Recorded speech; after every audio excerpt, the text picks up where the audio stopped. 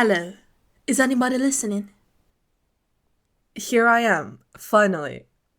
I'm kind of late. I am so sorry. I'm just a little procrastinator, let's say that. Okay, so, hello everybody. My name is Chen Yim. Nice to meet you all. Welcome to Baguette with an F podcast. Okay. Who am I? Just a 18-year-old student still in high school, and I used to use my voice a lot. I used to voice act, for example, and I remember having lots of fun with it. That's the reason I created this podcast mainly. I mean, it's not the only reason. I also wanted to talk about LGBTQ plus topics. I have been studying about it for a really long time. And I mean, I'm queer myself. So I thought that it would be a good idea to talk about it. I know there are lots of podcasts out there about queerness, but I want to create my own version. I'm also Portuguese with Chinese parents. And therefore, I consider myself a TCK, which stands for Third Culture Kid. If you search up, it's basically like kids who are born and raised in a culture different from their parents. I don't know much about it.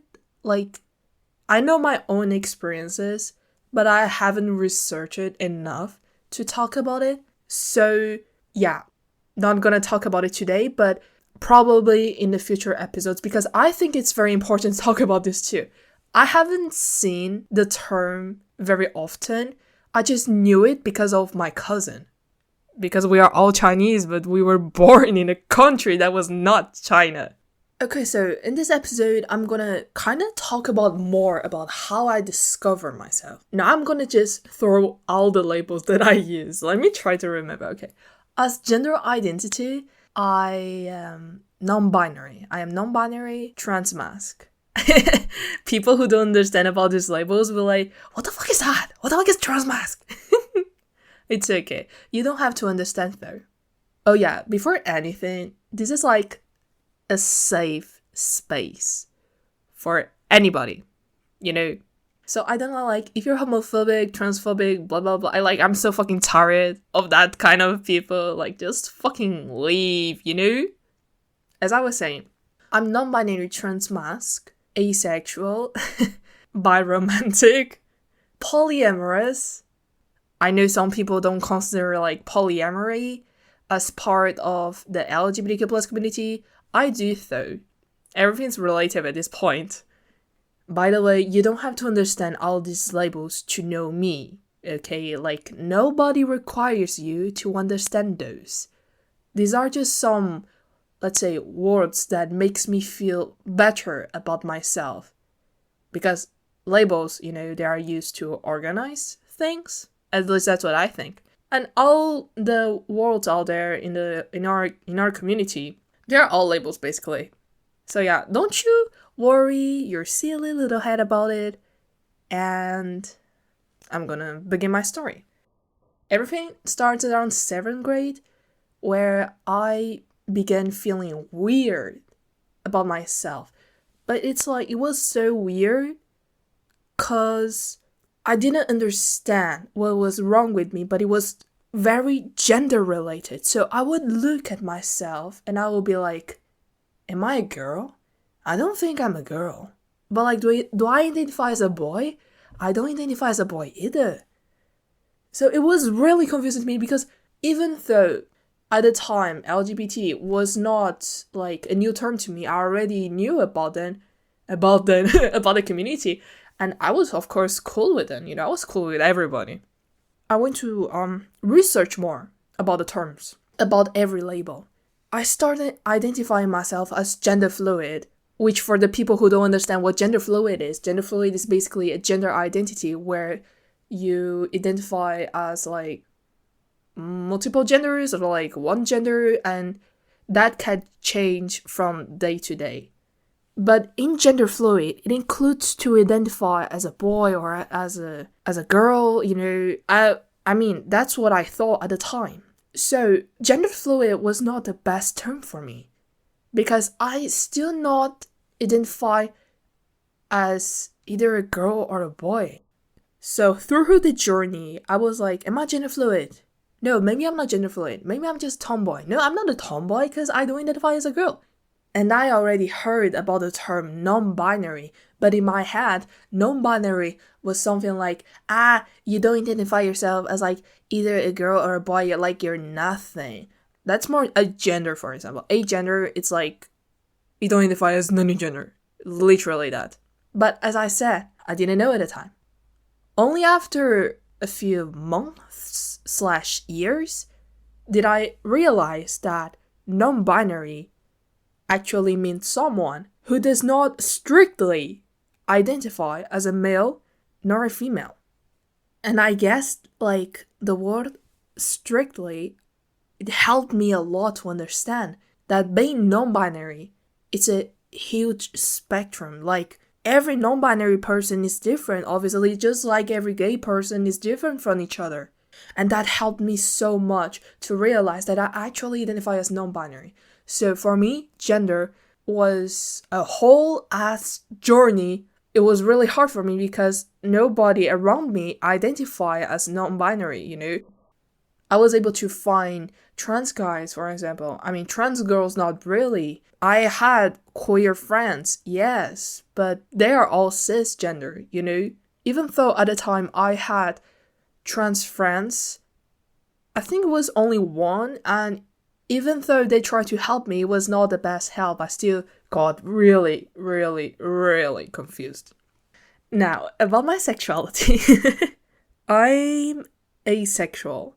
I mean, at least I'm in the spectrum. If we were about to use a really specific micro label, it will be like gray sexual, which means you still feel a little attraction. If you are being real, I don't really see myself having sexual relationships. I actually shiver sometimes at the thought. I don't want to. And I'm happy with that, Being asexual does not mean that you don't have sex, Just because I'm asexual does not mean that I didn't sleep with your mom last night. No, sorry. That was not very family friendly of me. Okay, jokes aside. Being asexual is not the same thing as celibacy. Yes, celibacy. With celibacy, you literally don't have sex. And I think that's related to marriage and religion, I think. Please do correct me if I'm wrong, okay? I don't like to spread misinformation. By the way, this is not really going to be family friendly, so if you're a minor, don't listen to this, please. So, with my past relationships, I never had sex, by the way, okay? I never had sex. Thank God I never had sex. I don't want to have sex. But there were relationships of mine, exes of mine, that wanted that, But at the time, I didn't know that I didn't want it. Nothing happened, guys. Don't even worry. Because I stayed home all the time. Fuck going outside. Continuing. Biromantic. This one's a little complicated for me because I am not sure if I feel attraction to women. I am so sure that I feel attraction to men. I'm not saying I never had a romantic attraction to a woman. I just feel like the intensity that I feel for a girl, it's different for a boy. Definitely different. When I see a man, I get... What was the expression? Height over heels or something like that? I'm basically a simp for men. Unfortunately, I am in this society, okay? It's hard to find a good one. But good guys out there, I see you. Please find me too. Oh, I'm too single for this. And finally, polyamorous. This one's a little complicated too, because I have never been in a polyamorous relationship. And I bet people will use that example to say, okay, so Chingy, how do you know that you're polyamorous if you never have been in a polyamorous relationship? It's like saying, how do you know you don't want to get bit by a spider if you have never been bit by a spider, Something stupid like that. You don't have to try things to know whether you like them or not. Does it help you? I mean, maybe it's like a confirmation, but you don't really need a confirmation, guys. Me, how did I discover being polyamorous? It was a relationship that I had. I mean, lots of relationships, to be honest. I have always found myself having multiple crushes on people, and it was something that I kind of denied, because when I was in this 1-year relationship, even though I loved my partner, I found myself kind of liking other people, and I was like, wait, why am I doing this? Am I cheating on my partner? I don't want to do that. And I already heard about the term polyamory, but I never went to research more about it. Only nowadays I have understood better. There was also this situation where this friends of mine, I mean ex-friends, I don't really talk to them anymore.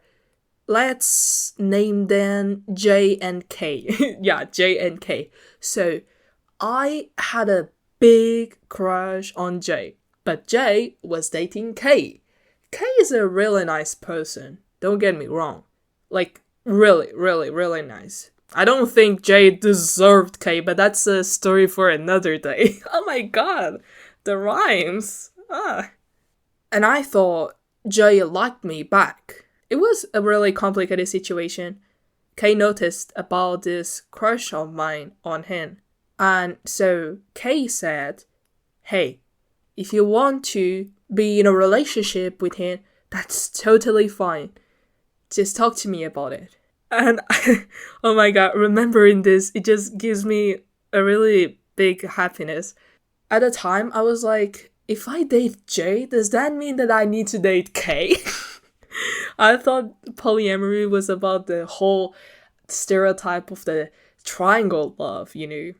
But I mean, now I know that it's not about that. If the situation was all good, I know that I could have been in a relationship with J, and J will still be in a relationship with K. If everything worked out. But you know, again, that's a story for another day. And that's it for today. I don't think there's anything more to say. If I need to, I can always speak about it in the next episode. I hope you have a nice day. I hope you enjoyed this episode. Love you all. Take care.